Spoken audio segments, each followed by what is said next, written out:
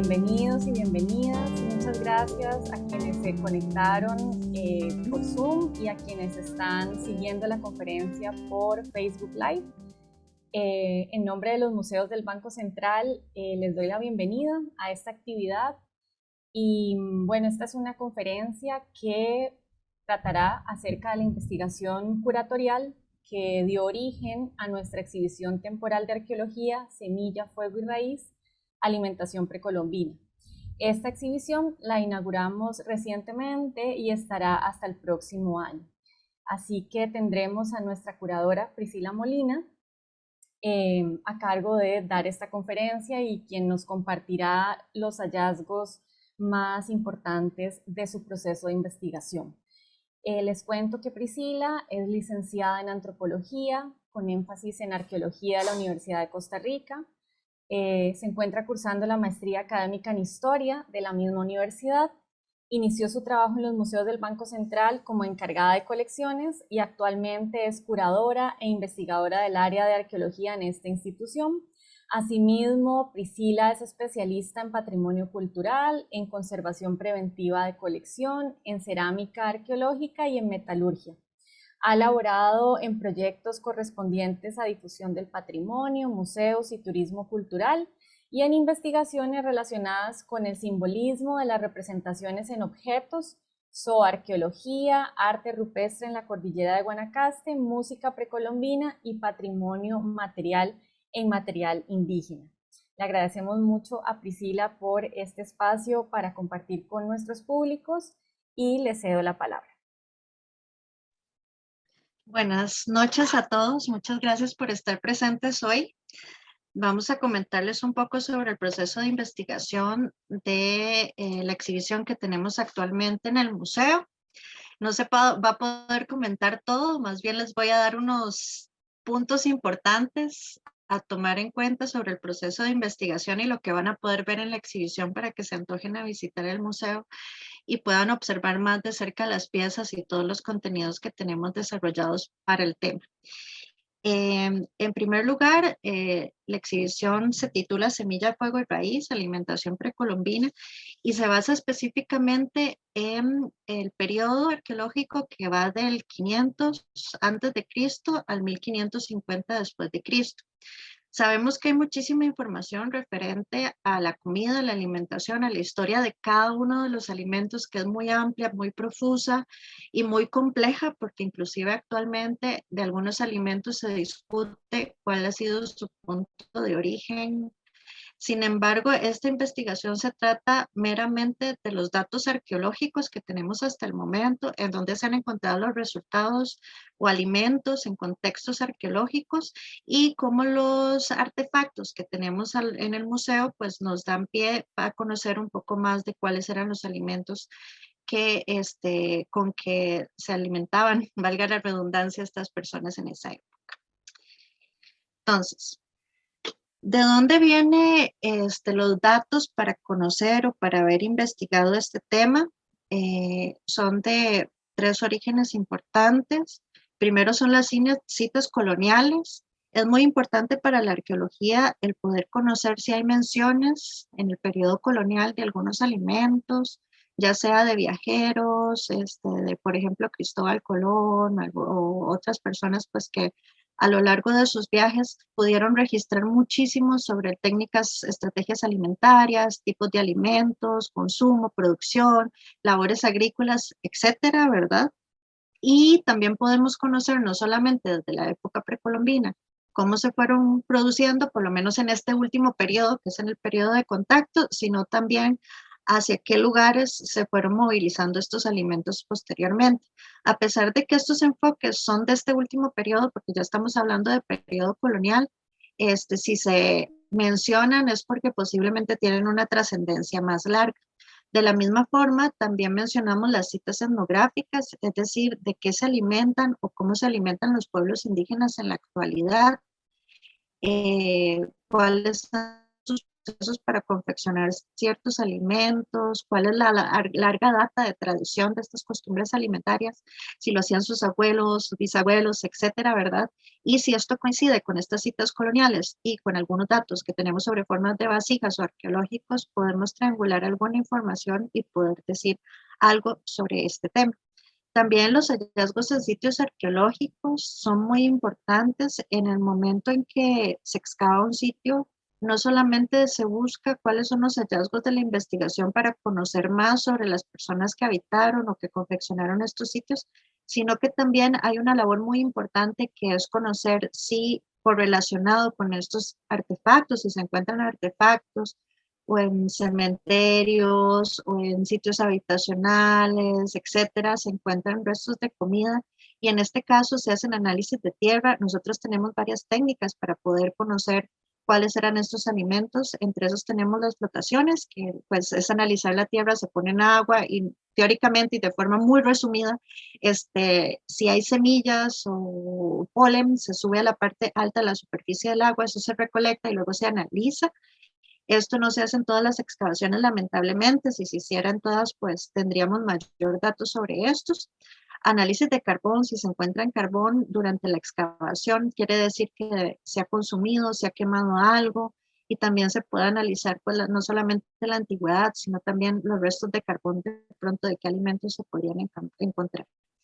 Esto es muy importante para poder analizar y también, pues por supuesto, los tipos de artefactos que se encuentran tanto en los hallazgos arqueológicos como también en colecciones, aunque no tengan contexto arqueológico. Las formas nos hablan mucho de qué era lo que consumían, cómo se consumía, y esto correlacionado con toda la información anterior podemos ir levantando una historia propia sobre los alimentos o la alimentación en la época precolombina. Lamentablemente para Costa Rica no tenemos restos o hallazgos de recetas o porque no existen códices como por ejemplo en Mesoamérica o no hemos encontrado en sitio pues mezclas culinarias con excepción de un par de datos que son muy interesantes, que ya vamos a hablar de eso más adelante. Entonces no podemos hablar de, pues de esto, ¿verdad? Que tal vez a la gente le interesa muchísimo de saber cuáles platillos cocinaban, ¿verdad? Pero podemos saber cómo los preparaban y qué tipo de alimentos podían consumir. Eh, Existen muy pocos estudios, lamentablemente, sobre este tema en Costa Rica y en Centroamérica. Escasos arqueólogos se han dedicado en este tema y como les mencionaba, muy pocas veces pues se toma el tiempo de hacer análisis de tierras o se trata de ver esta información. Esto depende no solo del interés de los arqueólogos, sino también los objetivos de la investigación. A veces no es un objetivo el abordar esto, entonces se puede entender completamente pues que no se hagan este tipo de análisis. Entonces, a partir de esta información es que pude conocer un poco más y sobre la alimentación en la época precolombina. Entonces, bueno, para empezar, se puede conocer varias cosas sobre la obtención de los alimentos. Se definen tres formas o tres estrategias que utilizaron en la época precolombina. Por supuesto, esto varía según el periodo y la región. Ya vamos a ver un poquito más de esto. De aquí se pudieron recolectar directamente de la naturaleza en periodos más tardíos. Sabemos que cuando todavía no habían conocido o no entrado al 100% la producción agrícola al territorio, pues estos pueblos se movilizaban en busca de alimentos de forma estacional. Cuando pues había un alimento que estaba en una época, en una temporada de maduración, se movilizaban hasta estas zonas que ellos ya sabían que en esa época iban a conseguir los alimentos y realizaban una recolección directa de esos. Hay una cosa muy importante y es que normalmente se habla de pueblos más tribales con respecto a la movilización para búsqueda de alimentos, pero esto es algo que ocurrió en todos los periodos, aunque ya se conocía la agricultura, siempre había momentos en que se recolectaban alimentos, por supuesto, de diferentes regiones. Luego tenemos la producción intencional, que ya estamos hablando de un periodo entre 1000 y 2000 antes de Cristo, hablando específicamente para Costa Rica, porque este dato puede variar según la región y la zona, ¿verdad? En donde ya sabemos que desarrollaban la agricultura, que tenían técnicas agrícolas, que utilizaban herramientas especializadas. Sin embargo, cuando hablamos de este periodo de 1000 a 2000, ya decimos que conocían la agricultura, sin embargo, hay que saber que hubo un proceso posterior de varios años para conocimiento del entorno. De pronto iban estacionalmente a un lugar, dejaban las semillas, cuando regresaban tiempo después se daban cuenta que había crecido algo. Había un proceso de experimentación previo antes de decir la agricultura, pero eso no quiere decir que antes del 1000 no conocieran que se podía cultivar algo, ¿verdad? No fue por generación espontánea, sino que hubo un proceso de aprendizaje, de prueba que posiblemente ellos desarrollaron, al igual que muchas de las estrategias de confección de muchos productos. Y por supuesto, una tercera etapa para obtener los alimentos es intercambio y comercio. Muchos de ellos se originaron en Mesoamérica, otros en Sudamérica, otros son endémicos de la región de Centroamérica o endémicos de las diferentes regiones y de pronto solo se producen en una altitud específica o están cerca de las costas y no todos tenían acceso a ellos, como la sal, por ejemplo, los moluscos. Entonces, estas personas, como eran objetos escasos y de valor, a veces se intercambiaban por otros productos. Entonces, muchas de las veces el consumo de los alimentos también se obtenía de esa forma, por medio del intercambio. Entre estos podemos hablar básicamente, por ejemplo, de la papa, que es pues se dice que es suramericana, y otras variedades de yuca, por ejemplo, etcétera, ¿verdad? Que hay más de 100 variedades y la más conocida es la yuca, la variedad amarga, que ya vamos a hablar, y la dulce que tenemos aquí en Costa Rica, que es la que empleamos en nuestras cocinas todavía a la fecha, pero vamos a hablar un poquito más de esto posteriormente. Entonces, a veces sabemos que en nuestra forma de alimentación tenemos muchos alimentos que vienen del exterior, muchos de ellos de Europa, de Asia, como por ejemplo el arroz, ¿verdad? Que son productos que utilizamos casi que a diario y son inclusive parte de nuestros platillos tradicionales. Sin embargo, América ha sido realmente una cuna de muchos alimentos que se exportaron en el exterior. Algunas de estas cuestiones o de lo que le permitió el poder tener tanta variedad de alimentos en diferentes periodos fue primero la diversidad natural. En el caso de Costa Rica específicamente sabemos que Costa Rica cuenta con una gran variedad de flora y fauna, microclimas, etcétera, que esto permite el tener gran variedad de alimentos en diferentes altitudes, ¿verdad? Diferentes ambientes, variables, y esto pues permitía el poder tener una gran variedad. Si por supuesto hablamos al caso de Centroamérica y nos vamos para cada país, pues obviamente van a haber otras ventajas que nos van a ayudar. Y por supuesto, en el caso de Centroamérica hubo mucha interacción en diferentes periodos. Esto siempre depende, ¿verdad? Con otras regiones de América que también les permitió pues el conocer otras formas de producción, otras técnicas, el conocer otros alimentos, etc.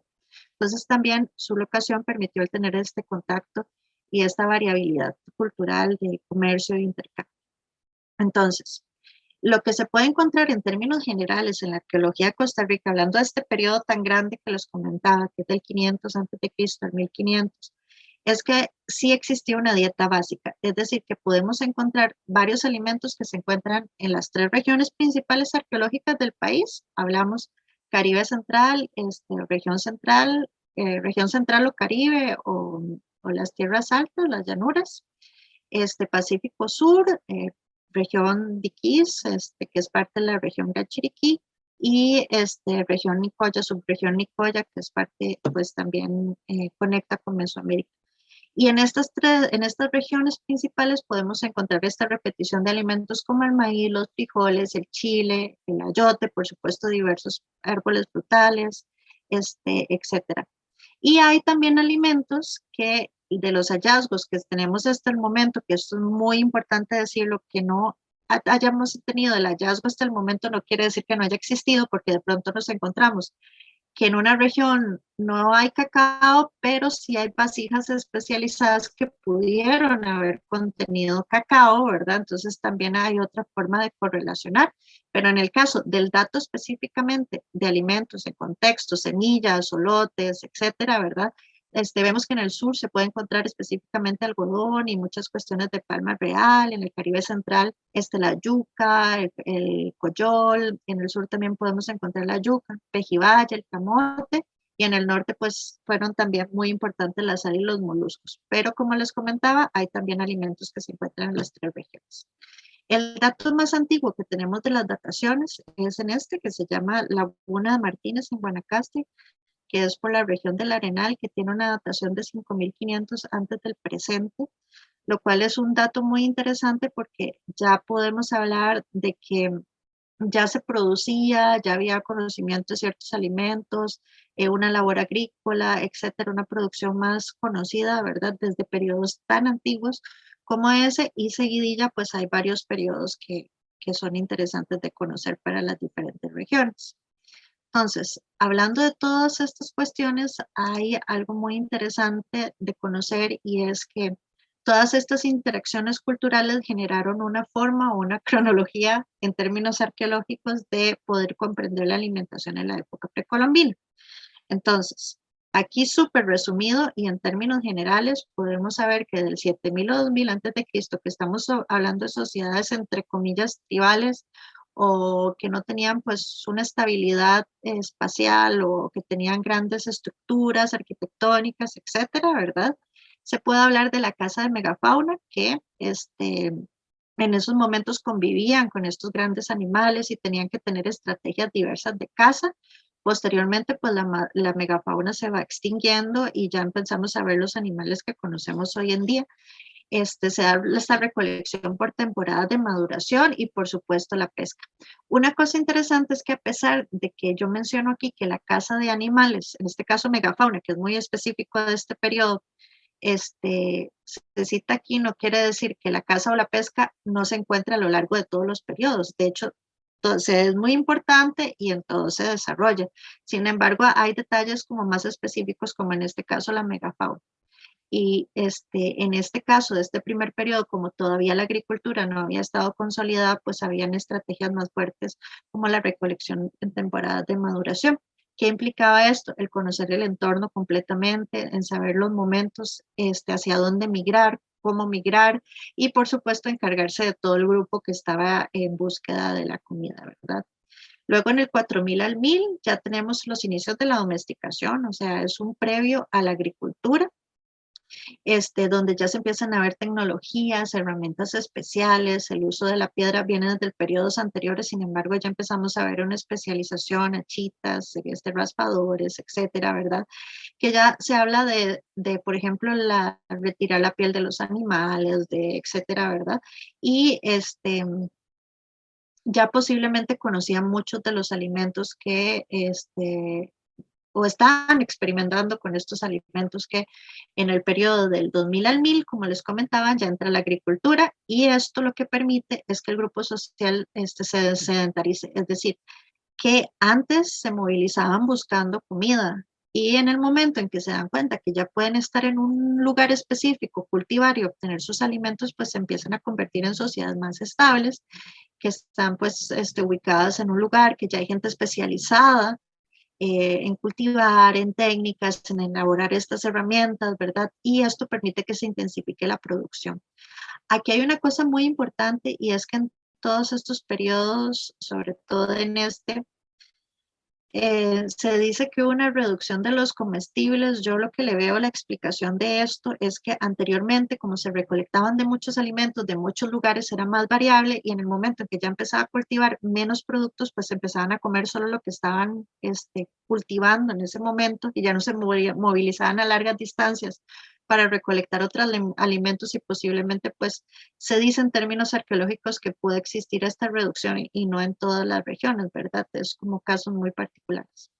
Pero en el periodo siguiente, del 500 antes de Cristo al 300 después de Cristo, más bien ya vemos una técnica mejor agrícola, ya estamos viendo formas, moledores, hachas, herramientas para arar la tierra, fogones. Por ejemplo, en el Pacífico Norte ya empezamos a ver fogones, hornillas, es decir, los hornos en donde, o restos de los hornos donde podían no solamente preparar los alimentos, sino también pues desarrollar vasijas especializadas o vajillas especializadas para diferentes objetivos. Ya se define una agricultura mixta, es decir, que ya no se cultivaba solo un alimento, sino que de pronto se cultivan varios a la vez. Ya, como les comentaba, habían personas encargadas de esto. Y un aspecto muy interesante es que ya ellos empiezan a experimentar también con las semillas. ¿A qué me refiero con esto? Me refiero a que de pronto, un ejemplo muy burdo, nada más para que lo visualicen, es que de pronto cultivo algo y tomo las semillas o los hijos de las plantas que fueron más fuertes, que el cultivo fue más grande y empiezo a olvidar las demás, ¿verdad? Que tal vez no tenían, no sacaron tantos alimentos o tanta producción, no tenía tanta producción, no eran por ejemplo, el tomate no era tan rojo, tan grande, tan fuerte, pero sí empezaba a sacar los hijos de los que sí me interesaban. Entonces, esto ya es una modificación genética y una modificación pues, de las semillas para generar otras producciones y se empiezan a dar variantes de forma no tan natural, porque ya hay una intervención humana en cuanto a esta producción, que es muy interesante porque para hacer esto hay que muy bien cómo tomar los hijos de cada, ustedes lo saben, los que conocen de plantas, no se siembra en cualquier lado ni de cualquier forma, dependiendo del alimento, se sabe que si es en agua, que si más bien en tierra, si necesita tanta agua, si necesita tanta luz, y pues ellos ya tenían un conocimiento de esto, ¿verdad? Y por supuesto, almacenamiento de semillas. En el caso de América Central, pues no tenemos un invierno tan frío y remoto como en otras regiones, por ejemplo, de Europa, etcétera, ¿verdad? Tal vez definitivamente sí en otras regiones de Sudamérica, etcétera, ¿verdad? Pero pues se necesita productos que de pronto solo se podían cosechar en una época, ir guardando estas semillas o los productos y almacenarlos. En el caso de Costa Rica tenemos una referencia de un sitio arqueológico en el Valle Central que se llama Senada, en donde se encontraron pues, lugares de almacenamiento de alimentos, lo cual es muy interesante también saber porque a veces nosotros pensamos que las técnicas agrícolas o que diferentes técnicas que usamos hoy son muy actuales, pero en realidad tienen un resabio histórico de larga data. Entre el 300 y el 800 ya la jerarquización social hace que se generen excedentes, es decir, ya teníamos exceso de alimentación que podía complementar las necesidades de la población y esto pues ya implicaba que una persona estuviera encargada de distribuir estos excedentes, ¿verdad? De controlarlos, de saber qué le llegaba a quién, cómo y cuándo. Y esto por supuesto implicaba un control social sobre la población. Y este permitió que la jerarquización fuera pues tuviera más fuerza. Y aquí encontramos también mayor diversidad de semillas, porque ya se empieza a experimentar más con otros tubérculos, etcétera, ¿verdad? Y es posible que por eso es que los restos arqueológicos nos den mayor variabilidad. Y en un último periodo, que es el 800 al 1550, ya vemos esta variedad de semillas, ya las técnicas se perfeccionan, hay más excedentes, ya se empiezan a explotar otros entornos, como por ejemplo, se explota muchísimo además la parte marítima, la extracción de sal, la producción de moluscos, etcétera, ¿verdad? Y entonces podemos encontrar una dieta más variada. Entonces, a pesar de que como hayan diferentes técnicas o estrategias que se dan a lo largo de los periodos, como el uso de la piedra para hacer herramientas, el uso de la caza, la pesca, ¿verdad? Ven que hay algunas modificaciones en cuanto a la producción y técnicas que se van dando en los diferentes periodos. Ahora, cuando hablamos de la agricultura, lo primero que preguntan es cómo cosechaban o cuáles fueron las primeras cosechas. Bueno, lo primero que desarrollaban estas personas era escoger el lugar adecuado, ¿verdad? Que estuviera cerca del agua o que tuviera accesible el agua, ¿verdad? Ojalá que fueran explanados, terrenos no tan pues abruptos o que tuviera tanta roca, etcétera, ¿verdad? Sin embargo, hay estrategias para amalgamar eso, ¿verdad? Un clima conveniente, una altitud conveniente, porque ellos ya conocían todo esto, una buena calidad de suelos que fueran fértiles, adecuados para el tipo de alimento que necesitaban. Y después de esto, lo que más se empleó y lo que se menciona regularmente en las fuentes es la tala o tumba, quema y roza. Que lo que primero lo primero que hacían era limpiar el terreno. Es decir, retiro toda la maleza, quito árboles, etcétera, para dejar el terreno lo más limpio posible. Todo esto que retiré, ya sean restos de plantas, arbustos medianos, etcétera, lo dejaba depositado en el terreno que luego quemaba y la brosa o lo que quedaban de estas plantas servía automáticamente como un abono para fertilizar la tierra, es decir, se dejaba ahí y luego ya se rozaba la tierra en diferentes formas, como por ejemplo, cosechaban de forma de barbecho, que es dejar de sembrar periódicamente, es decir, la tierra tiene un momento en el cual ya sus nutrientes dejan escasean, ¿verdad? Y ya pues las plantas no crecen tan fuertes, no tienen tanta producción y en ese momento es donde se dejaba descansar el terreno un tiempo, que esto todavía se hace actualmente, ¿verdad?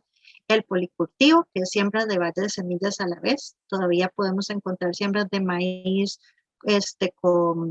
con frijol o maíz con yuca, etcétera, ¿verdad? Que esto, la idea de esto es que tal vez una planta le ayuda a la otra o no le quita los nutrientes o le ayuda a amalgamar ciertas plagas al cultivo que está al lado, ¿verdad? Eso tiene una ciencia mucho más profunda a veces de lo que pensamos. Los campos elevados, que son estas siembras distanciadas por surcos, que de hecho actualmente si ustedes ven un cultivo pueden ver estos surcos pues que dividen los diferentes plantíos y les permite pues la tierra abonarse, respirar, etcétera, ¿verdad?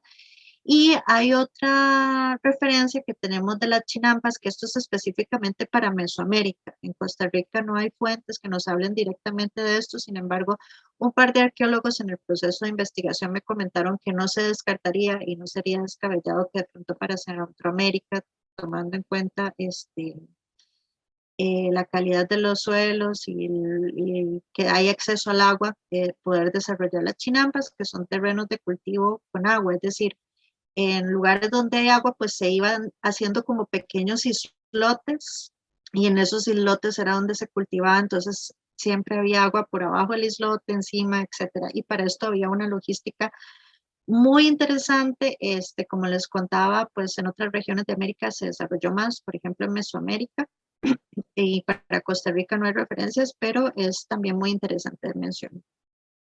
Cuando hablamos de todas estas estrategias de alimentos y otros, pues a veces pensamos, bueno, ok, así fue como obtenían los alimentos y esta fue su dieta. Pero tenían cocinas, ¿cómo era la cocina, verdad? Bueno, los datos que hemos tenido en este momento son de sitios arqueológicos en donde se han encontrado restos de hollín en vajillas, entonces se sabe que se sometieron a cocción para posiblemente cocer un alimento. Este, fogones, como en esta imagen, pues es un sitio arqueológico, el Jícaro se llama, queda en Guanacaste, que es una foto pues del arqueólogo Felipe Solís del Becho en el Museo Nacional de Costa Rica, en donde se pueden encontrar unos hornillos, ya sea para elaboración de cerámica o para procesar alimentos, ¿verdad? Que son pues se colocaban algunas piedras de soporte, luego otras piedras que iban a soportar pues o quemar carbón y luego ya pues se ponían las vajillas con los alimentos que se querían cocer y esto se ha encontrado en sitios arqueológicos, tanto en cocinas temporales como permanentes. Temporales me refiero a que de pronto hay sitios de origen funerario o ritual en el cual podemos encontrar pues restos de hollín o restos de alguna cocción, fogón, etcétera, que nos hablan de una cocción o una cocina temporal, que era para el momento, para una cuestión ritual, entonces se cocía algo y luego ya se apagaba el fuego. O también para campamentos estacionales, de pronto para un movimiento, ¿verdad? De un lugar a otro necesitaban poner estas cocinas temporales en algunos lugares, cocinar y luego irse, ¿verdad? Y las cocinas permanentes ya es específicamente cuando se encuentran sitios habitacionales que se sabe que pues que vivían ahí, ¿verdad? Que no eran meramente de rituales, etcétera. Se pueden encontrar en varios lugares. Algunas investigaciones arqueológicas lo remiten adentro de las casas y otras afuera de las casas y en lugares que coinciden justamente con las citas etnográficas de cómo es que se colocan las cocinas en los ranchos, por ejemplo, tradicionales indígenas. Entonces ahí podemos hablar de una continuación de ciertos usos de las cocinas en las casas. Ahora, ¿cómo sabemos que algo es una cocina? Bueno, aparte de encontrar estos fogones que son parte de la cocción de los alimentos o que se haya hecho fogatas, etcétera, más permanentes, ¿verdad? También podemos encontrar cerámica de tipo habitacional utilitaria, es decir, que la pudieron haber usado pues para comer, para consumir, para contener, para movilizar líquidos, que sí se diferencia bastante de la cerámica ritual, que de pronto está más decorada, tiene otros acabados y se utilizó pues en cementerios específicamente. Por eso es que sabemos cuando algo fue una cocina o de pronto no, o pudo tener una cocina temporal o permanente. Entonces, aquí podemos encontrar variedad de alimentos, raíces, frutos, también pues no podemos omitir los restos de huesos de animales, de caza, que esto se puede encontrar más en los basureros precolombinos, y una gran variedad de estrategias productivas. En el caso específicamente del norte de Costa Rica, hay un sitio que se llama La Ceiba, en donde es el único que se ha encontrado, de los pocos, pues, que se ha encontrado en contexto arqueológico el uso del cacao. Sin embargo, aquí ustedes pueden ver algunos de los alimentos que se han encontrado en el Pacífico Norte, como el aguacate, este, por supuesto, las curcubitas, ¿verdad? En el caso del Valle Central y Caribe, después del 500, el aguacate ya se sabe que fue obtenido de labores agrícolas y no solamente de recolección, porque definitivamente hay variedades de aguacate que son endémicos y que no necesariamente necesitan un cultivo para ser trabajados, como por ejemplo, para ser conseguidos, perdón, como por ejemplo el caso del maíz, que sí requería una producción agrícola. Y en el Pacífico Sur, en el sitio Curré, en este periodo del 4000 al 1000 antes de Cristo, se pueden encontrar referencias de que se pudo haber procesado la yuca, y ya les voy a comentar un poquito más de este tema. Y como ya habíamos hablado, hay algunos alimentos que se encuentran en las tres regiones. Esto lo van a ver más profundamente, ya sea en la publicación de la exhibición, que lo van a encontrar en nuestra página web del museo, en publicaciones, en el apartado de publicaciones, o asistiendo a la exhibición. A partir de una serie de estaciones educativas y infografía, se puede profundizar un poquito más en los alimentos. Una cosa importante es que porque no vean un alimento aquí no quiere decir que no existió. Aquí lo que se contempla son los alimentos que se han encontrado en hallazgos arqueológicos o que asumimos que pudieron existir gracias a las fuentes, pero porque no se haya encontrado uno hasta el momento no quiere decir que no haya existido o que no se haya producido, sino que todavía está en proceso de investigación. Entonces, vamos a hablar de algunos alimentos destacados. Pues el primero que tenemos que tomar en cuenta es el maíz, por supuesto. El maíz tiene una amplia discusión, de hecho hay varios arqueólogos que lo remiten a América del Sur, una variedad. Sin embargo, lo más aceptado hasta el momento es que posiblemente viene de Oaxaca, México, o sea, de Mesoamérica, en periodos tan antiguos como el 5400, más o menos, ¿verdad? Y de una variedad que ellos le llaman teocinte, que supuestamente es la subespecie de la especie, perdón, sea mexicana. Fue de las primeras variedades de lote o lote que se pudo haber cosechado. Como les digo, hasta el momento este es el dato más aceptado. Sin embargo, todavía hay discusiones porque todavía hay un análisis si pudieron haber existido otras variedades. Aquí solo estamos hablando de la variedad del maíz que conocemos hoy en día, que consumimos el maíz regular, ¿verdad? En otras regiones hay otros tipos de maíz que habría que ir viendo cuál es el origen de cada una de estas variedades. Se dice que se domesticó entre hace 7000 y 10.000 años antes del presente, en estas fechas que les venía comentando. Hay datos para Sudamérica y se introduce en Costa Rica justamente en el momento en que ya se empieza a ver labores agrícolas, que es entre 1000 o 2000 más exactamente antes de Cristo. Luego, ¿cómo sabemos que se encuentra el maíz en los sitios arqueológicos? Pues encontramos restitos de mazorcas, granos, o lotes de pronto son pues la parte del centro del maíz carbonizado, polen, granos, etcétera, ¿verdad? Que se pueden localizar a partir de todas estas estrategias arqueológicas que les comentaba antes. Y un dato destacado es que en el sitio Cariari se encontró una mixtura, que es la única de las pocas fuentes que tenemos sobre una mezcla alimentaria, que era una mezcla entre maíz o camote con palma. Entonces ya ahí podemos ver pues ciertas mezclas alimenticias que sí se pudieron haber desarrollado, sin embargo, lamentablemente no tenemos los datos para esto. La importancia del maíz según el periodo, yo lo que investigué y analicé es que sí se menciona que el maíz es uno de los alimentos principales, sin embargo hay varios periodos coloniales en donde se dice que para ciertos grupos no era tan importante, de pronto era la yuca o no veían producción de maíz. Entonces también es muy interesante el saber que es parte de la dieta básica, pero para algunas culturas no necesariamente fue tan importante. Ciertos periodos después adquirió importancia, la importancia que tiene hoy, que lo utilizamos básicamente con la mayoría de los alimentos que usamos en América, ¿verdad?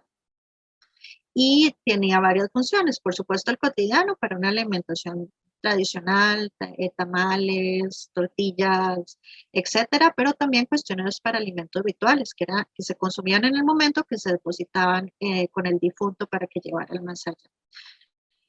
Luego tenemos la yuca, que esta sí se dice que es de América del Sur, se ha definido específicamente por Brasil. Sin embargo, todavía hay algunos conflictos con respecto o discusiones con respecto al origen.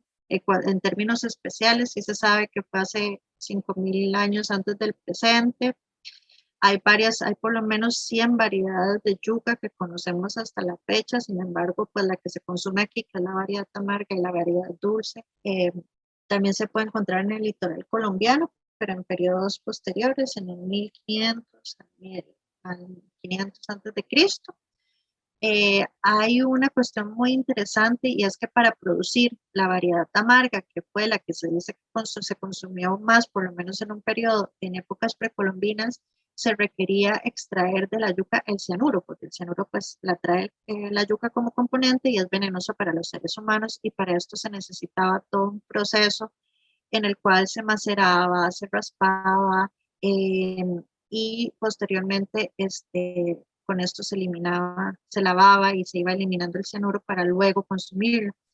Hoy en día utilizamos más la variedad dulce, que no requiere todo este proceso, que tiene menos composición de cianuro, no tan tóxico para los seres humanos, y por eso es que actualmente pues simplemente le quitamos la cáscara, lo ponemos al agua y lo consumimos. Sin embargo, en la época precolombina se hacía todo este proceso para la variedad amarga. Entonces, los restos que tenemos no solamente son de restos de yuca tal cual, sino también de los componentes o los artefactos que se implementaban para producir.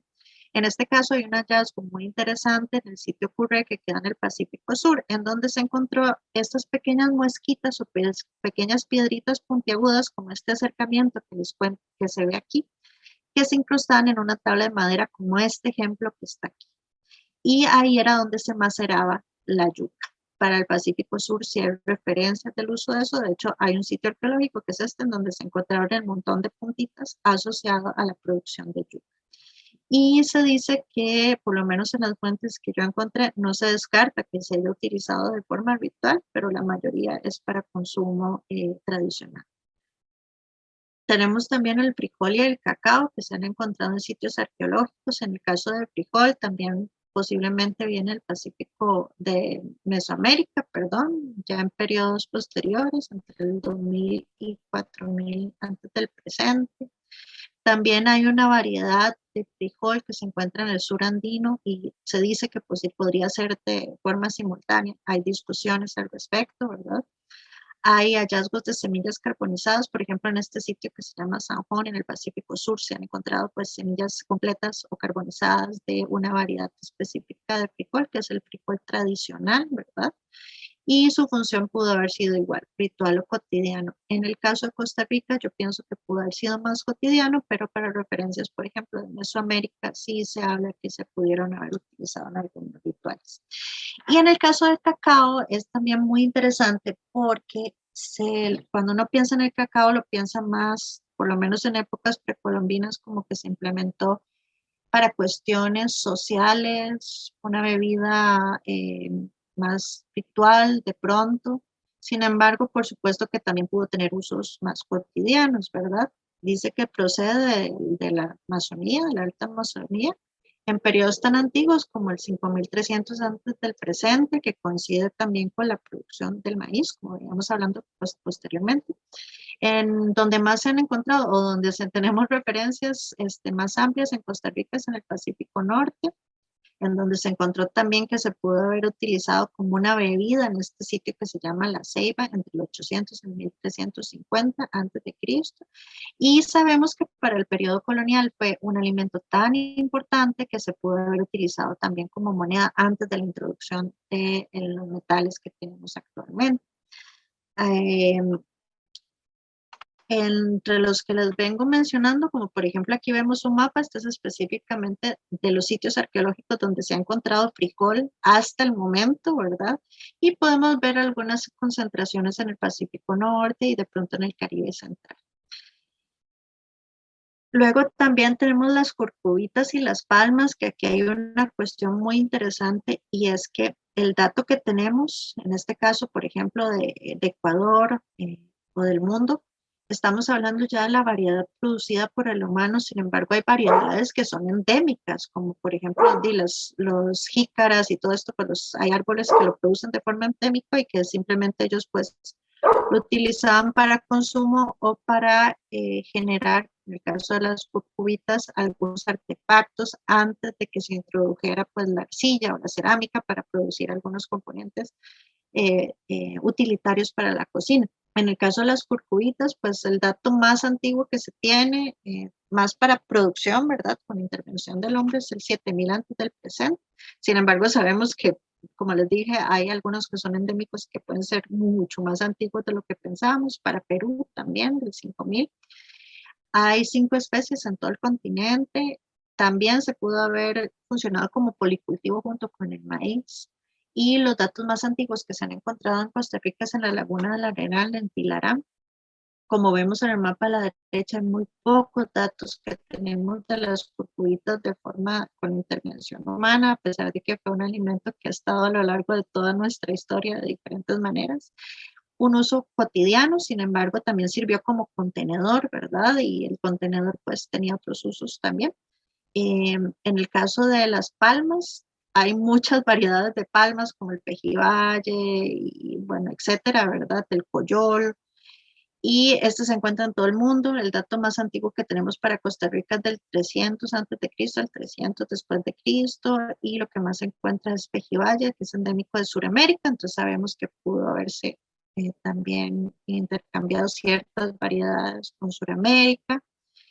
Y también las palmas tuvieron un montón de usos, no solo como alimento, ¿verdad? También pues las hojas de palma se utilizaban también para construcciones, como medicina, etcétera, ¿verdad? Entonces también el uso es muy variado y en este caso, en términos arqueológicos, la concentración de hallazgos que más he contado también está en la zona, la región central del país, lo cual es muy interesante porque los datos que tenemos hasta ahora, como han visto, algunos se centran más bien en el Pacífico Norte y otros en la región central.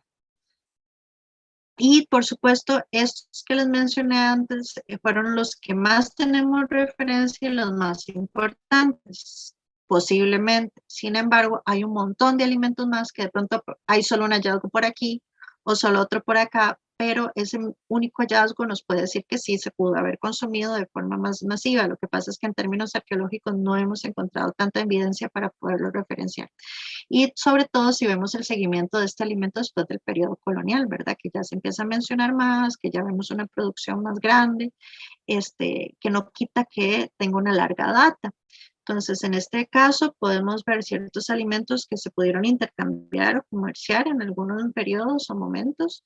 Como les comentaba, estos hay pocos hallazgos y hay dos categorías. Los que no tenemos referencias arqueológicas, sino que la etnografía o las citas coloniales nos hablan de que los producían y existieron, pero en términos arqueológicos no hemos encontrado el dato. Aquí yo les pongo algunos ejemplos, como la guanábana, la pitaya, el mamey, un tipo de piña, ¿verdad? Más pequeña, el nancite, el coco, que no encontramos datos arqueológicos, pero están estas citas.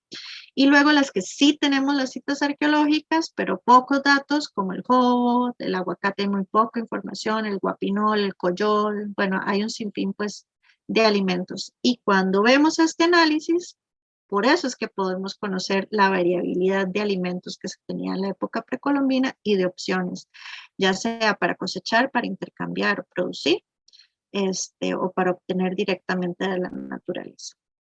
Cuando ya hemos tocado el tema pues, de los alimentos que se obtenían de forma agrícola, que se obtenían de forma intencional, que no hay que descartar que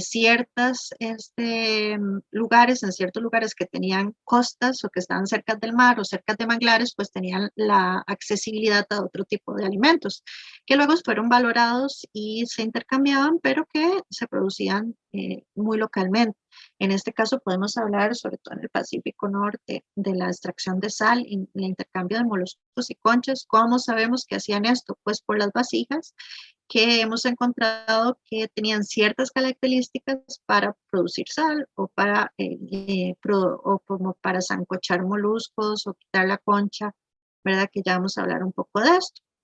De aquí, pues ellos conocían muy bien el manglar, sobre todo se producían en la estación seca, pues en la estación lluviosa las mareas suben, ¿verdad? Es más difícil en el manglar, pues poder ver algo.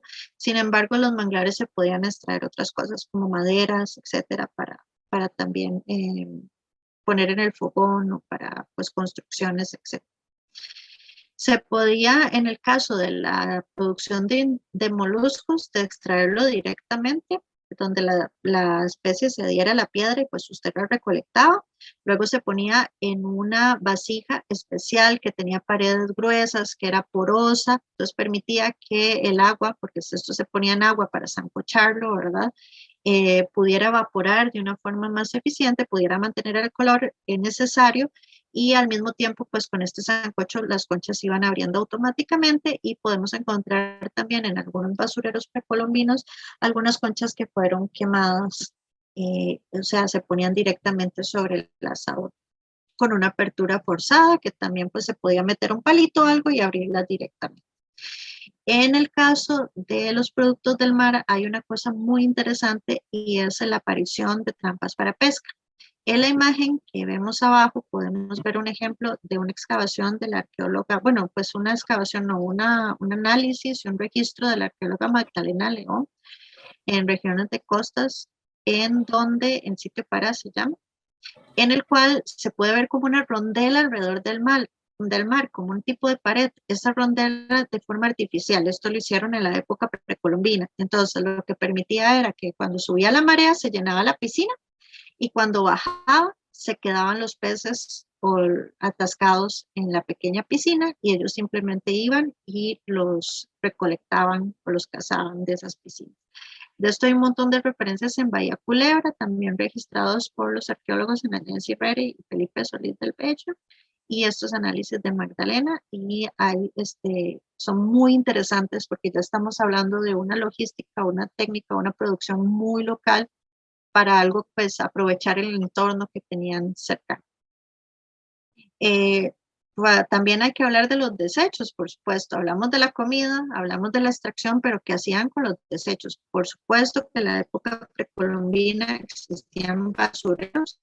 Los que más tenemos referencias son los que nosotros en arqueología llamamos concheros, en donde pues se depositaban los restos de conchas después del sancocho, que es la parte que no consumían, ¿verdad?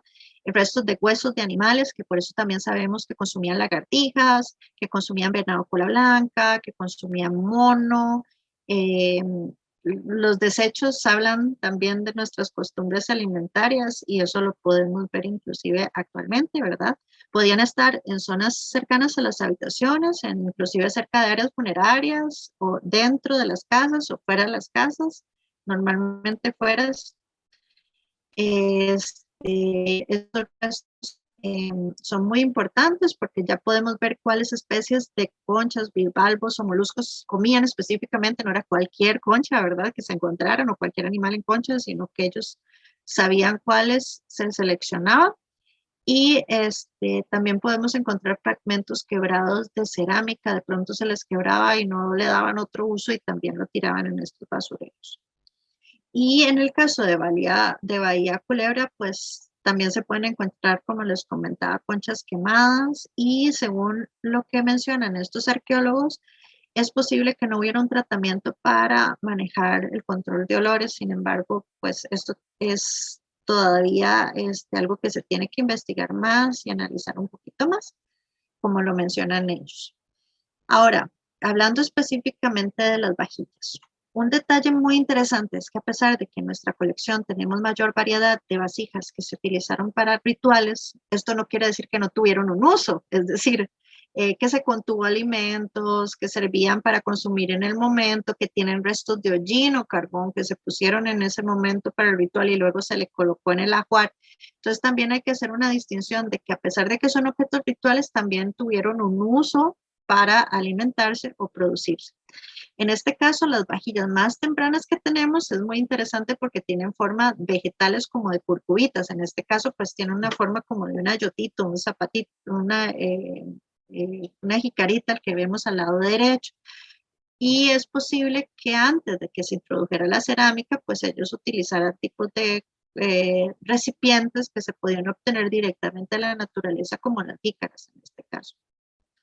Y la mayor frecuencia de estas formas de vasijas se pueden encontrar en el Caribe Central y el Pacífico Norte, y es posible que son tan tempranas porque la referencia que tenían antes pues eran de estos obtenidos directamente pues de los árboles y se trabajaban y esas eran las formas, entonces fueron replicando las formas, pero luego ya con el uso de la técnica, de las arcillas, etcétera, pues se fueron modificando las formas y ya no vemos tanto estas formas de vegetales en los tipos de ollas, de comates, es decir, ollas pero con el labio para adentro, ollas por el labio para afuera, ¿verdad?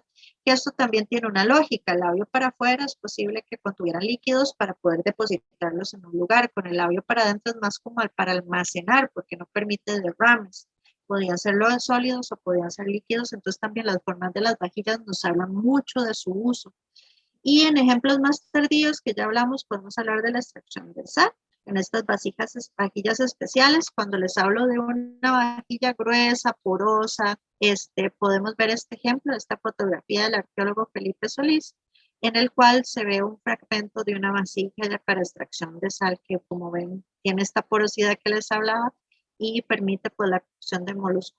Y también en el caso específico del Pacífico Norte se han encontrado tecomates, o decir, vasijas o vajillas que se utilizaban para poner las tortillas. En el caso de contenedores de líquidos, podemos encontrar estos ejemplos, como son jarras, que se pueden encontrar en las 3 regiones arqueológicas, vasos que en la colección del Museo del Banco Central son más del Pacífico Norte, en periodos que van del 300 al 1550, vasos de diferentes tamaños, desde un shotcito, que lo van a ver en la exhibición, hasta ya vasos con inclusive trípodes, ¿verdad? Algún reborde que lo ayuda a sostenerlo. Decorados, la mayoría, botellas, como esta, que es las primeras dos que se ven en el ejemplo, por supuesto, de diferentes formas, como esta. Hay unas que son tubulares, hay otras que tienen este cuello de botella, ¿verdad? Y no se descarta que algunos tuvieran tapa. Y espitas, que esto solo se encuentra en el Pacífico Norte en este periodo del 800 al 1500, que es esta vajilla que ven aquí al final, que lo que tiene de particular es este pico que sale, que es como una pajilla, que entra dentro de la misma confección de la vajilla y que termina con un agujero en la parte de adentro. Eso quiere decir que ya no tenía que hacer esto, sino que succionaba a forma de vajilla. Y esto se pueden encontrar muchos artefactos como este que les tengo ejemplo aquí, ¿verdad? Y este anterior que también es una espita. Aquí sobresale pues un tipo de pajillita escondida que viene en la vasija. Y las copas, por supuesto, que copas también son más del Caribe Central y algunas del Pacífico Norte, que son de diferentes tamaños también. Inclusive hay piezas de personajes que tienen una copa en la mano, que están en modo de consumo de la copa.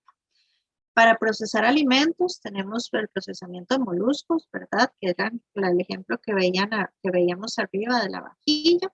Las cucharas como esta que ven aquí, que son muy interesantes porque tienen esta forma cóncava y luego tienen un borde en donde se puede agarrar.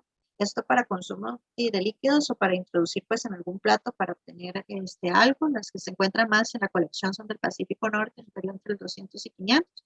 Coladores, que de esta referencia solo vi un colador completo, que esta pieza es del Museo Nacional de Costa Rica y que es del Pacífico Norte, y un fragmento de colador que está referenciado también para el Pacífico Norte de un arqueólogo que hizo una clasificación sobre la cerámica de la Gran Colla o de Guanacaste y tenía un fragmento no completo.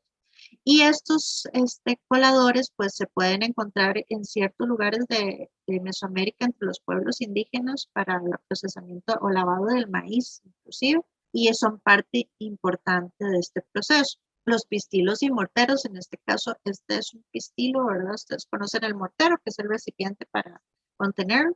En este caso, pues posiblemente el recipiente era del mismo material que el pistilo. Podemos verlos en lítica o en cerámica, es decir, en piedra o en cerámica, y Esto depende de qué se quería moler. Posiblemente el de piedra era más para granos o cuestiones más que sean más complejas de moler. En el caso de la cerámica, yo imagino que posiblemente eran más hierbas o cuestiones más suaves que solo se necesitaba una pequeña presión y se encuentra más en el Caribe central. Pero se dice que el uso fue en las 3 regiones porque en las otras regiones encontramos los de piedra. Y los embudos, que esta también es una pieza única del Museo Nacional de Costa Rica, que es del Pacífico Norte, también muy poco común, que de hecho tiene unos diseños en la parte de adentro que a mí me parece que pueden ser como ramas de maíz, una cuestión así, que por supuesto lo utilizaron para lo de hoy, que es para colar y depositar el líquido en otro lado, ¿verdad? Entonces, a partir de aquí, son pocos ejemplos que les estoy poniendo, pero se puede hablar de muchos artefactos. Luego, soportes para vasijas o salvillas, ¿verdad? Que se pueden encontrar en la región central y Caribe, que lo que hacían era colocar una vasija arriba para sostenerlo, y también en contextos funerarios se puede encontrar la vajilla sobre la salvilla, que nos habla mucho también de estos. También para consumo inmediato, contenedores, tenemos diferentes tipos de platos. En este caso aquí les pongo uno con un soporte, sin soportes. Sin embargo, hay platos con soportes, inclusive con sonajeros, ya cuando eran de cuestión más ritual. Para consumo, pues se puede encontrar desde periodos tempranos hasta tardíos en toda la cronología, de diferentes formas, con diseños, sin diseños y para consumo diario. Ollas y tecomates también se pueden encontrar en las 3 regiones en todos los periodos de diferentes formas, con decoración, sin decoración, con engobes, sin engobes, con pinturas, sin pinturas. Y escudillas y tazones igual. Las escudillas son estos platos como un poco más cóncavos, que normalmente son trípodes o de forma rectangular o circular. Y también pues se pueden encontrar las 3 regiones. En el caso de la piedra, tenemos muchísimos usos para moler, para macerar, para raspar. Los primeros referencias que tenemos de la piedra son las puntas de proyectil, que nosotros le llamamos tipo clovis o cola de pez, que vienen de una tecnología o una forma que viene del sur y otras del norte, más bien, que en Costa Rica se han encontrado amplios para cazar animales, ¿verdad? Para pescar, también el uso de arpones. Podemos encontrar para macerar, pues es una pieza del Museo Nacional, la de la izquierda, y pues ahí pues como a modo de martillo se podía macerar algunos alimentos. Podemos encontrar metates, de todo, ¿verdad? Pistilos, que son más bien de la forma que teníamos de arcilla arriba.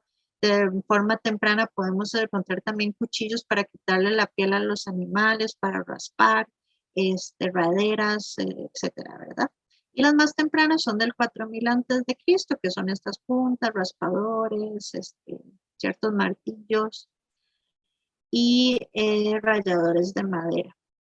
Las piedritas que se ponían en los ralladores de madera para colocar yuca, que ya hablamos anteriormente de esto. En cuanto a las iconografías que podemos encontrar, pues bueno, también los personajes que están plasmados en las piezas nos dan información sobre qué consumían, cómo se consumían y cuáles eran las formas de vasijas que obtenían. De pronto encontramos un plato, pero de pronto hay un personaje que tiene el plato y que está comiendo en el plato. Entonces es muy claro el poder conocer su uso.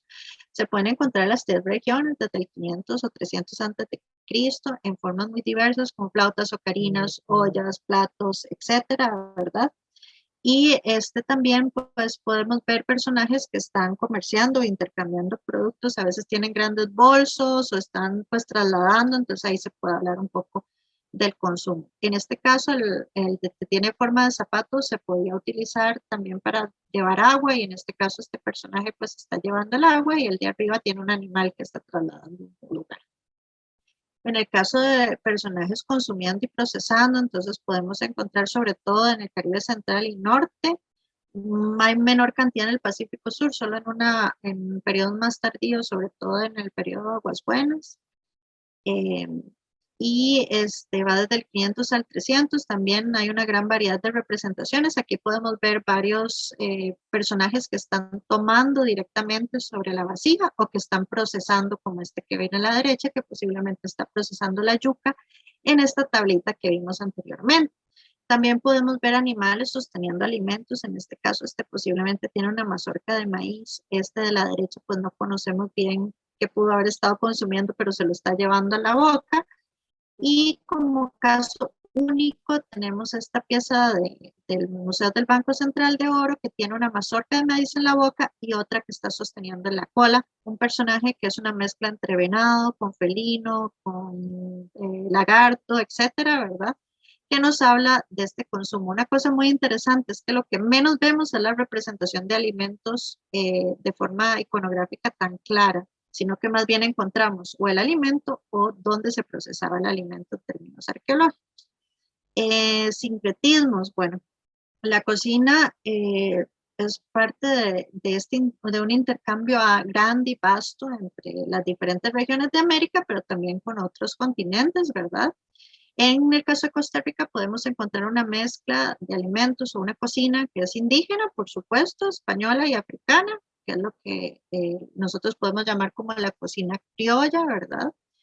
Que es producto de este intercambio, como les comentaba ahora, el arroz, pues el tomate, por ejemplo, el maíz que viene de Mesoamérica, la yuca de Suramérica, y eso es parte de nuestra cocina tradicional que a lo largo del tiempo, pues este intercambio cultural, conocimiento de estrategias y técnicas desde la época precolombina nos han permitido hablar de una cocina costarricense, ¿verdad? O una cocina ancestral.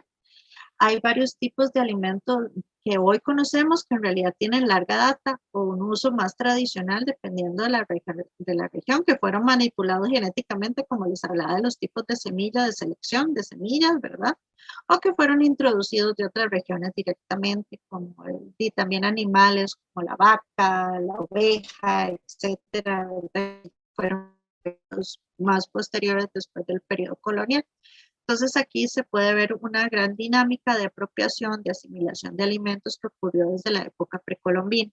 Para concluir, y con esta información que les doy súper resumida, pero en realidad hay muchísima información más, primero es que lo importante es que conozcamos cuáles son los productos locales y su origen. De hecho, hay muchos alimentos que lamentablemente o platillos que se están perdiendo actualmente su producción y que son un sustento muy interesante de vitaminas, que son parte de nuestra cocina tradicional y que es importante rescatar y conocer, concientizar sobre cocina, este sincretismo en la cocina, es decir, que muchas veces hablamos de que no, este platillo es tradicional de Costa Rica, pero en realidad es una cocina americana, porque todos estos productos que usamos fueron desde la época precolombina producidos en diferentes territorios, reproducidos o con otras variedades que se produjeron en otras zonas y estamos hablando más de una cocina más compartida con la región americana. Conocer, por supuesto, la sabiduría de los pueblos indígenas, que ellos todavía conocen estrategias de producción de semillas agrícolas, etcétera, que se ha utilizado posiblemente desde la época precolombina, ¿verdad? Los policultivos, las chinampas y todo esto, pues todavía lo desarrollan los pueblos indígenas y tienen una gran sabiduría con cómo se producen, dónde se producen y cuáles son los alimentos pues, que son más importantes para ellos. Y por supuesto que la producción de los alimentos tiene una influencia sobre el medio ambiente porque ya estamos utilizando agroquímicos, nos enfatizamos en el monocultivo, como por ejemplo la piña, que son expansiones gigantes de tierra que son difíciles después de reconstituir, sobre todo por el uso de los agroquímicos y la modificación genética de algunos alimentos. Entonces, hoy, en el pasado la naturaleza era la proveedora y había un respeto con la naturaleza cuando no se utilizaban todos los lugares abiertos, se preveía cuánto tiempo duraba el terreno en reconstituirse, se respetaba eso, se utilizaban técnicas menos dañinas, estos espacios de cosecha. Hoy lamentablemente los comestibles ya no son saludables por el uso de agroquímicos, preservantes, hay alto costo porque ya se ha abandonado la producción de los alimentos, ¿verdad? Esto implica pues el surgimiento de la pobreza, ¿verdad? El apogeo de la pobreza, porque ya no se producen los alimentos y ya no hay tierras para producirlos, sino que pues eso está en manos de pocas personas y se desarrolla esta producción en masa que nos hace olvidar un poco cuáles eran los alimentos o las recetas que utilizábamos en el pasado. Y por supuesto también hay que hablar en algún momento de la contaminación y el manejo de los desechos. Una de las cosas interesantes y que les recomiendo para visitar en la exhibición es que van a haber diferentes estaciones educativas que van a hablar de estos temas no solamente en el pasado, sino también en el presente, y nos van a poner a dialogar con cuál ha sido la historia o el origen de estos productos, de los diferentes productos en América, cómo manejar nuestros desechos, ¿verdad? Cómo se manejan las semillas hoy, y yo creo que es muy interesante, y también pues su visión, sus comentarios van a ser siempre importantes para complementar a lo largo de la exhibición. Muchísimas gracias por el tiempo, por la paciencia. Muchas gracias, Priscila, por esta presentación tan bonita y por esta exhibición que sin duda nos toca mucho a todos porque la alimentación es parte de nuestra vida. Tenemos muchísimas preguntas y comentarios y felicitaciones en Zoom y en Facebook. Entonces voy a ir leyéndolas conforme fueron apareciendo. Y también en un ratito le doy la palabra a don William, que acaba de levantar la mano y creo que quiere hablar directamente con Priscila. Entonces, la primera pregunta que quería compartirte, Pri, es de Ana Beatriz Hernández, que comenta: estaba revisando la distribución de la palma real y pareciera que originalmente llegaba hasta Honduras. ¿Los registros que se encontraron eran de qué tipo? ¿Se podrían inferir que fue producto de intercambio?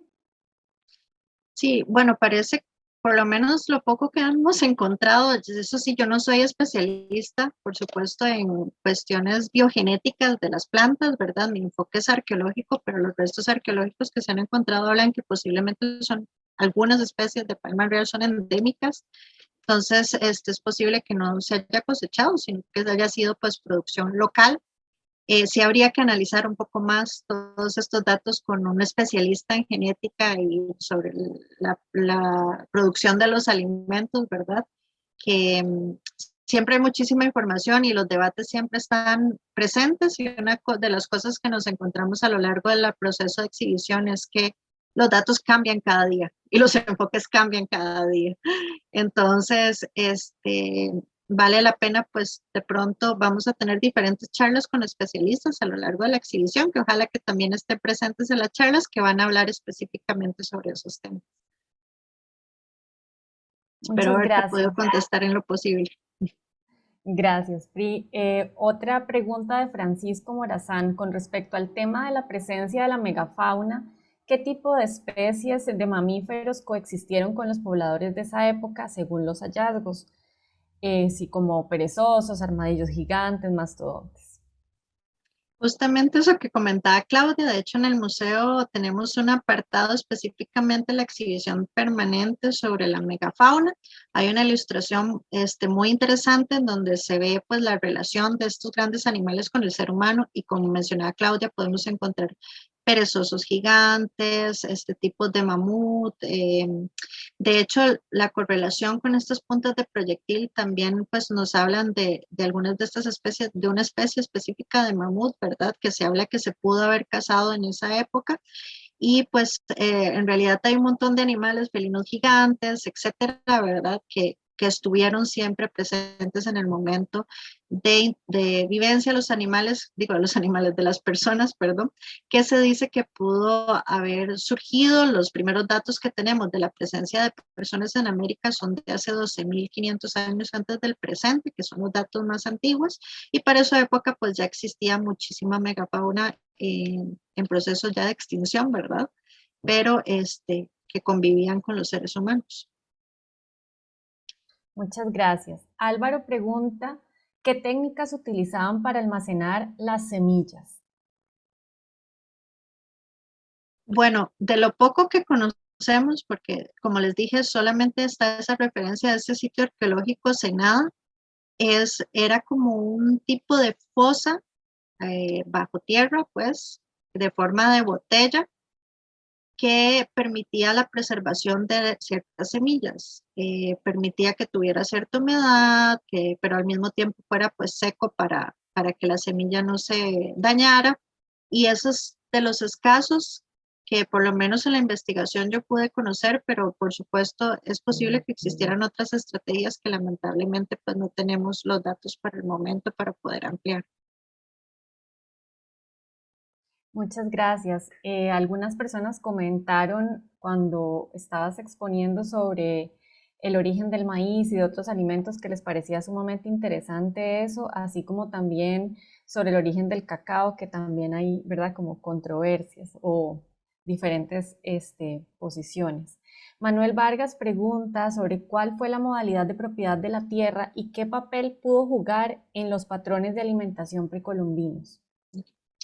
Bueno, dependiendo del periodo y la región, ¿verdad? Podemos encontrar diferentes patrones de apropiación, sobre todo en el momento en que ya es una sociedad más jerarquizada, es posible que los grandes centros de comercio, intercambio, estuvieran cerca pues de lugares en los cuales se podía extraer o tener estas labores agrícolas y también permitir un control social. De hecho, muchas veces se puede inferir que las regiones o que se decía que era de una población específica también contemplaba pues los alimentos que se podían procesar y en qué lugares, o sea que contemplar estos lugares para las labores agrícolas.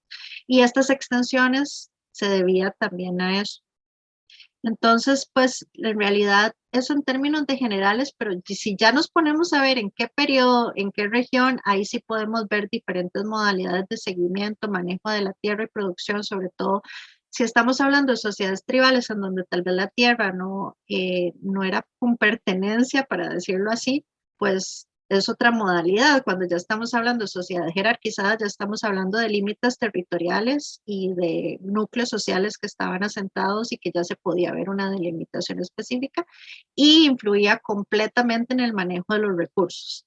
Eran los grupos más grandes o los cacicazgos más grandes o los pueblos más grandes los que tenían mayor control sobre estos excedentes o los productos justamente por este manejo de la tierra, pues. Muchas gracias. Por otro lado, bueno, varias personas nos preguntaron si podían tener acceso a la presentación, entonces les comentamos a todos que va a quedar este video grabado en Facebook y también en nuestro canal de YouTube, así que va a ser de acceso libre. Y además, Enoch nos preguntaba qué bibliografía le recomendamos para profundizar en este tema. Ok, primero está la publicación del libro, ¿verdad? Es un libro en versión digital que si ustedes entran a la página del museo en el apartado de publicaciones van a poderlo descargar con el mismo nombre, Semilla, Fuego y Raíz. Ahí yo menciono todas las referencias de todas las publicaciones mencionadas y consultadas, pero hay que tomar en cuenta que mi enfoque es en la época precolombina. Si ustedes quieren ampliar a temáticas más actuales, otros tipos de análisis, por ejemplo, con pueblos indígenas, etcétera, en la exhibición hay estaciones educativas que tienen un apartado de bibliografía en donde van a poder consultar también a estas personas que nos ayudaron en el proceso y que tienen publicaciones o que consultamos para este proceso. En este caso, la Universidad de Costa Rica tiene cantidad de investigaciones, como por ejemplo los de doña Patricia Sedó, ¿verdad? Romano González, Clau, que tiene también pues su tesis una tesis enfocada en el tema, entonces pues ahí van a poder accesar a esas referencias si quisieran ampliar y por supuesto están nuestros contactos electrónicos, si quisieran pues conocer más de un tema o una bibliografía, me pueden escribir a mí o al Departamento de Educación del museo que con gusto les vamos a poder ampliar. Claro que sí. Ya les compartimos el enlace de la página web donde está la exhibición y los recursos como el catálogo, la hoja de sala, los videos y demás información que se ha producido. Y en un momento en el chat les ponemos los correos electrónicos para que puedan contactarnos. Don William, si gusta, puede hacerle la consulta a Priscila. Hola, hola. ¿Qué tal? ¿Qué tal el audio mío? Se escucha perfecto. Se escucha bien. Ok, ok.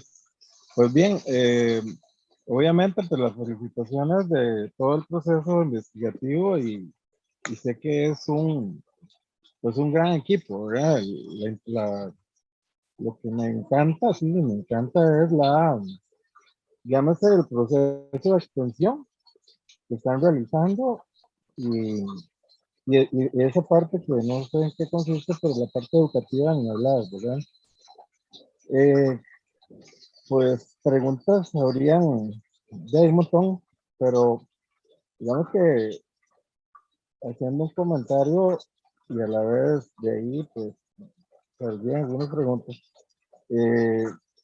Pues primero como base, soy ingeniero agrónomo y he creído en la necesidad de que la humanidad vuelva atrás a revisar lo que hacían nuestros ancestros para poder pretender un esquema de producción sostenible. Y me llama la atención que no sé qué tan integrado funciona el museo, pero desde mi punto de vista es sumamente importante compartir esa información, qué sé yo, a la larga, pues yo soy de que pienso diferente, pero con la gente del Ministerio de Agricultura debería darse la oportunidad de compartir esa información. Eh, Básicamente porque usted menciona como conclusión lo que ahora sucede, ¿verdad? Parte ambiental, un ejemplo. Pues resulta que le voy a agregar algo. Actualmente yo estoy viviendo en Buenos Aires de Punta Arenas. Estamos pues, rodeados de piña y también sí he tenido la oportunidad de ir a la, ¿cómo se dice? A la sucursal de ustedes en Palmar, ¿verdad? Entonces, hay realmente muchísimo material en lo que usted indica, especialmente en tiempos donde tenemos precios de los fertilizantes altísimos, y ahí yo entraría a un tema que no sé si en algún momento se ha visualizado, que es la parte de seguridad alimentaria. Es cierto que hay menos tierra, por supuesto que hay menos tierra disponible que lo que había en aquellos tiempos, pero también es cierto que hay manera de cultivar, es un asunto, yo digo que es cultural.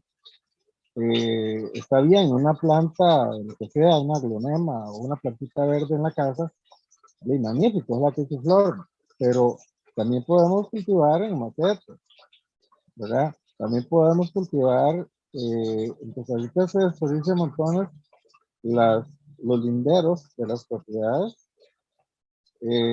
También podemos pensar en el concepto de agricultura comunitaria, etcétera. O sea, realmente hay un montón de oportunidades.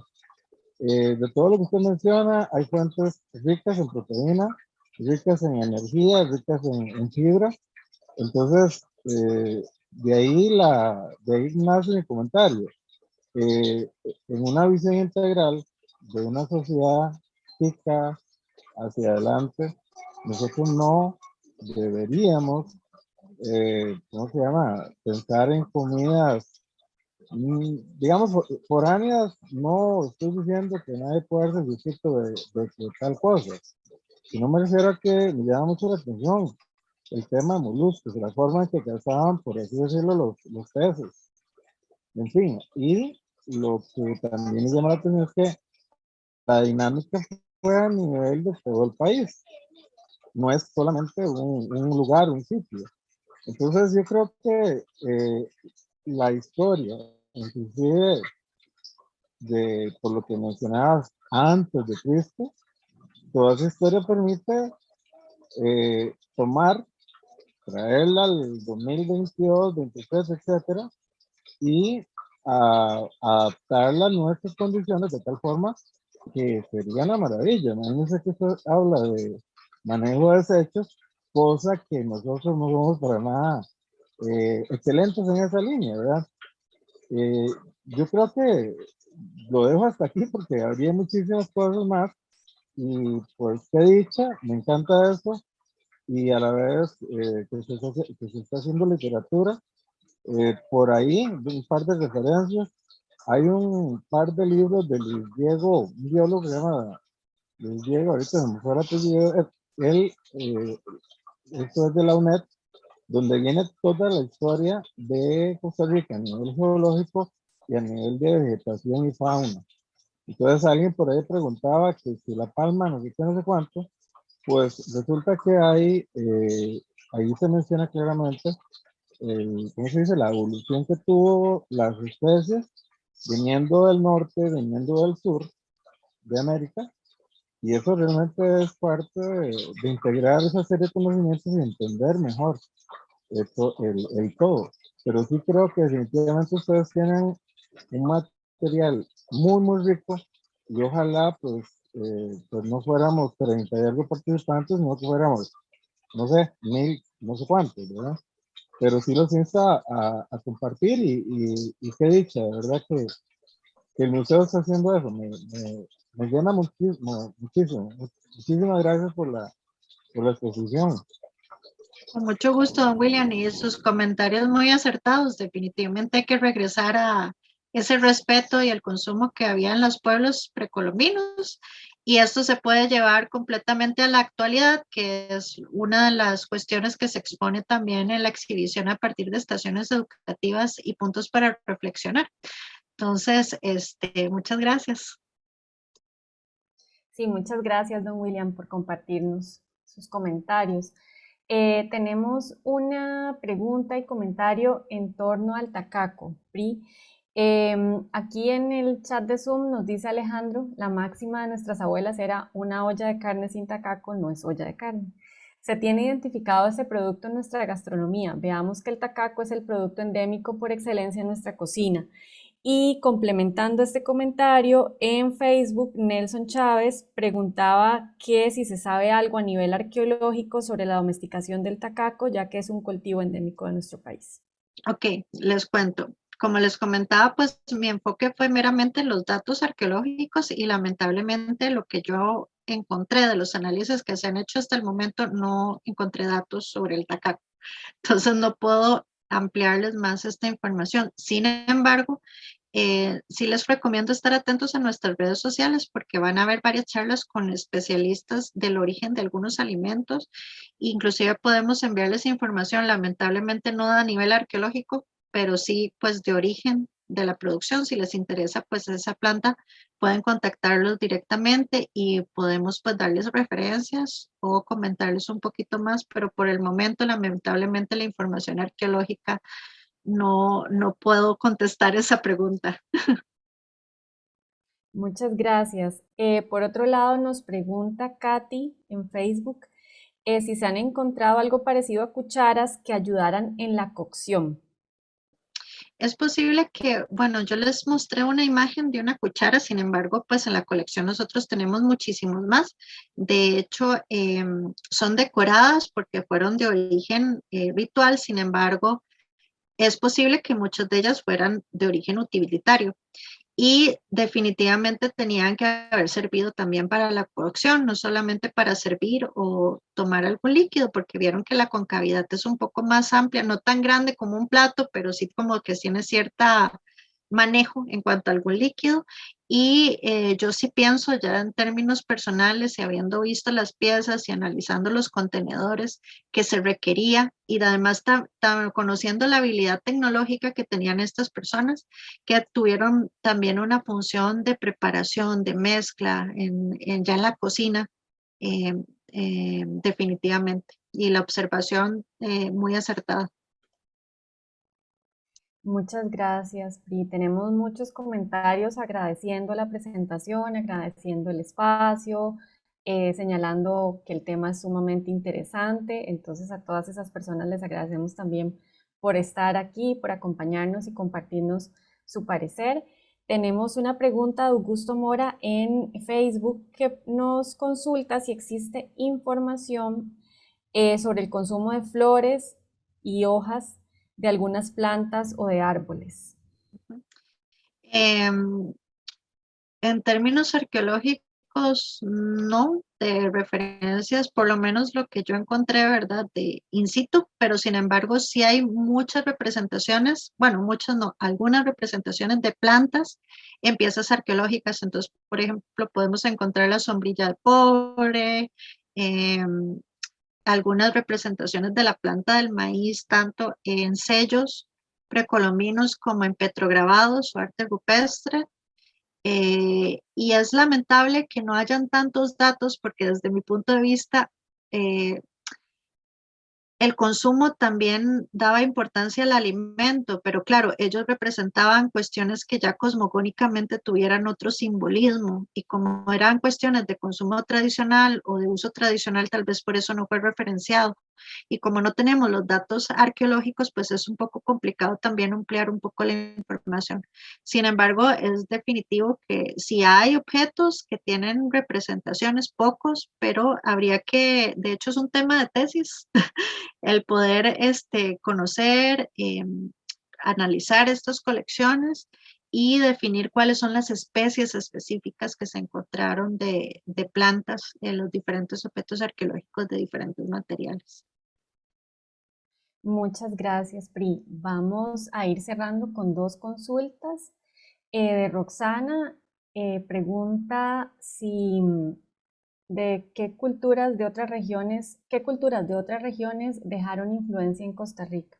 Ujú.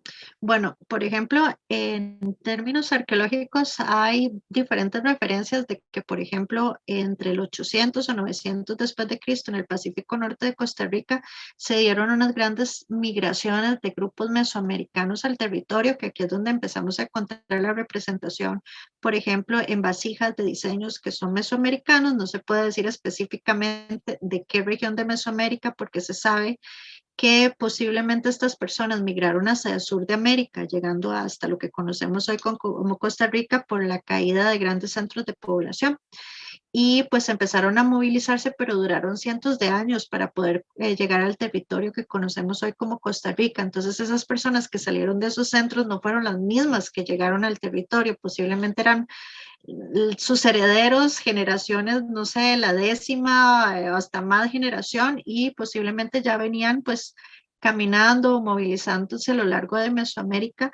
Entonces lo que encontramos en Costa Rica son iconografías que son más de la región que de un grupo específico, y de ellos podemos encontrar, aparte de estos diseños, pues por supuesto estos alimentos como por ejemplo el maíz, que sabemos que proviene de Mesoamérica, el intercambio de conchas, como por ejemplo la Spondylus princeps, pues que fue una concha muy valorada para hacer artefactos y herramientas, y lo mismo ocurrió con algunos alimentos, el cacao, la yuca, ¿verdad? Que también tienen varios usos, no solo uso cotidiano, sino también pues en rituales, etcétera. Entonces, esto hablándote de este ejemplo específicamente de Mesoamérica, sin embargo, Costa Rica tuvo un contacto con diferentes regiones, tanto del norte como del sur, en la mayoría de los momentos históricos que tenemos en el periodo arqueológico de alguna forma, ya sea indirecta o directa o más menos personas como un comercio de intercambio o ya pues grupos grandes como estas migraciones de ejemplo que comentaba. Entonces definitivamente por eso yo les decía que una de mis conclusiones es que a veces es difícil saber qué es tradicional de una región. Por ejemplo, cuando yo leía un poco de la actualidad sobre el gallo pinto, que de hecho hay un artículo interesantísimo del origen del gallo pinto de la Universidad de Costa Rica, del gallo pinto también se consume en Nicaragua, por ejemplo, y también dicen que es tradicional, pero en realidad es de las dos regiones, porque son alimentos que en algún momento, pues todos empezaron a consumir, se crearon, hubo un contacto, había contacto entre regiones, se intercambiaron las migraciones, etcétera. Entonces, también es un poco complicado en algún momento decir que algo es muy local y eso uno lo puede ver en otros países cuando sale, te dicen que un platillo es el tradicional, pero uno se va al país de la par y tienen el mismo platillo y también dicen que son tradicional. Y desde mi punto de vista y sabiendo lo complejo que fueron estos movimientos, migraciones y todo, a veces está de más el hablar de algo de una región, tal vez es mejor hablar pues qué era lo que se consumía en, por ejemplo, en América, o qué es lo que nos conecta más de qué nos diferencia también con la comida. Muchas gracias, Pri. Una última pregunta de Roxana. Como especialista, ¿considera que los alimentos que consumían les proporcionaban un buen estado nutricional o hay evidencia de alguna carencia? Hay una investigación que está en proceso y que de hecho hay una charla que está en línea en nuestra página web, que es de Mónica Aguilar Bonilla y es sobre enfermedades en la época precolombina. Y ella nos habla de hecho de algunas enfermedades como que no solamente eran genéticas, sino que también se pueden ver por evidencias en los dientes por la alimentación. Entonces definitivamente habían carencias también. Y esto hay que contemplarlo, ¿verdad? No era que tenía la alimentación perfecta, también consumían lo que tenían acceso directo y tenían que haber algunas carencias de vitaminas o minerales que no tenían en su dieta tradicional y se ve visualizado en los análisis de huesos que los especialistas bien lo han definido. Entonces, si quieren saber un poquito del tema, ahí les podemos mandar o dar pistas sobre esa referencia también. Claro que sí, les estamos compartiendo nuevamente el enlace desde donde pueden descargar el catálogo y los demás recursos relacionados con la exhibición, y también les compartimos los correos del departamento y el correo de Priscila para que nos contacten para aclarar dudas o para otras consultas relacionadas al tema. Y con esto, bueno, cerramos nuestra conferencia del día de hoy, agradeciéndoles muchísimo por acompañarnos, por estar aquí tan activos en el chat con las preguntas, por quedarse hasta el final, y de verdad esperamos que puedan visitar la exhibición que está en una parte al final del recorrido del Museo del Oro, para que sepan que esa es la ubicación. En la página web van a encontrar una hoja para hacer su recorrido autoguiado, pero también recuerden que para instituciones educativas tenemos visitas guiadas. Recuerden también seguir nuestras redes sociales para estar atentos y atentas a las próximas actividades que tenemos planeadas en el marco de esta exhibición. Muchas gracias, Priscila, y muchas gracias a todos por acompañarnos.